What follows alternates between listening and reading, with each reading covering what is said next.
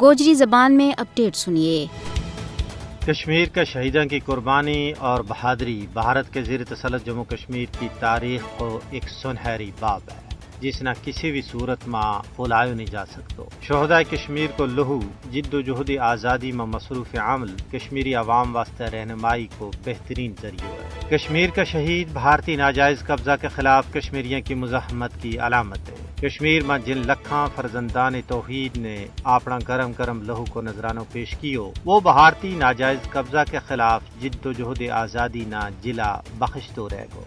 برہان وانی، منان وانی، مقبول but, افضل گرو اور جملہ شہداء کشمیر نے اپنی قوم کا کل واسطے اپنا آج قربان کر کے دنیا نہ یوں سنیو دیتو کہ باغیرت کشمیری کٹ سکیں، مر سکیں، پھانسی کا پھندا ور جوئی سکیں، لیکن باطل کے سامنے سری تسلیم ہم نہیں کر سکتا۔ شہداء کشمیر نہ خراج عقیدت پیش کرنے کو بہترین طریقہ یہ ہے کہ انہاں کا ادھورا مشن نہ پائے تکمیل توڑی پہنچایا جائے۔ تحریک آزادی کشمیر ایک ملی تحریک ہے، اس میں کشمیر کا ہر فرد بشر نہ اپنا حصہ ضرور کرنا چاہیے۔ کشمیری عوام اپنا شہیدوں کی قربانیاں نہ کسی بھی صورت میں فراموش نہیں کر سکتے۔